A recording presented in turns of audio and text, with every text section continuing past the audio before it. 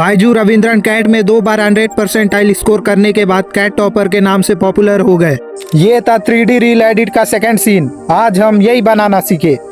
सबसे पहले हमने पिछला वीडियो का प्रोजेक्ट ओपन करके कैमरा व्यू ऑन करके कुछ यहाँ से 1-1 सेकंड का गैप दे के 4 टाइम स्टैम्प्स दे दिया। टाइमलाइन आप लोग ध्यान से देखना। फिर हमने यहाँ पे आके एक रेक्टेंगल लिया और 3 डॉट पे क्लिक करके फिल कंपोजिशन एरिया करके इसी के कलर एंड फिल में जाके कुछ इस तरह का ग्रेडियंट कलर बना लिया। देन हमने एक कैरेक्टर PNG इंपोर्ट किया और इस PNG पे वाइप इफेक्ट अप्लाई करके इसी इफेक्ट पे जाके एंगल की वैल्यू को 90 डिग्री किया और फेदर की वैल्यू को 25 किया और एंड की वैल्यू को 50% कर लिया। फिर हमने बायजू रविंद्रन करके टेक्स्ट ऐड करके कुछ यहाँ पे सेट कर लिया। उसके बाद हमारा मेन काम स्टार्ट होता है। यहाँ पे रहते हुए ऑब्जेक्ट / एलिमेंट में जाके नल लेके ये तीनों लेयर्स को नल के साथ पेरेंट करके नल के मूव एंड ट्रांसफॉर्म में जाके स्टार्टिंग में एक की फ्रेम देके सेकंड की फ्रेम यहाँ देके वापस स्टार्टिंग वाले की फ्रेम में आके Z एक्सिस पे क्लिक करके कुछ इतना जूम करने के बाद दोनों की फ्रेम्स के बीच में 4th वाला ग्राफ कुछ इस तरह करके दे दिया।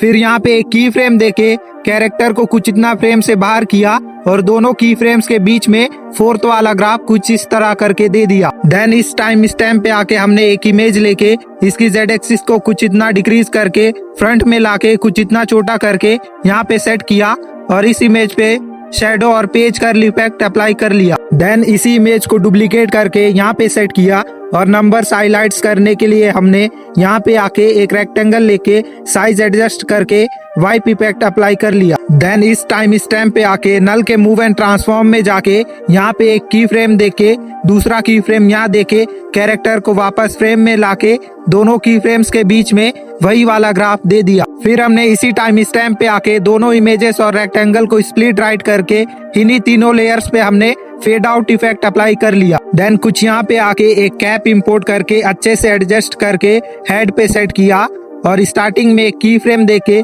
दूसरा की फ्रेम यहाँ देके वापस स्टार्टिंग वाले की फ्रेम में आके कैप को ऊपर साइड फ्रेम से बाहर कर दिया। फिर हमने लास्ट वाले टाइम स्टैम्प पे आके टेक्स्ट ऐड करके इस टेक्स्ट पे हमने टेक्स्ट ट्रांसफॉर्म का paid up by letters effect apply कर लिया। फाइनली ये सब होने के बाद आप लोग देख सकते हो हमारा सेकंड सीन रेडी हो चुका है। तो वीडियो कैसी लगी? फिर मिलता है 90 डेज ऑफ चैलेंज के डे 54 में। बाय।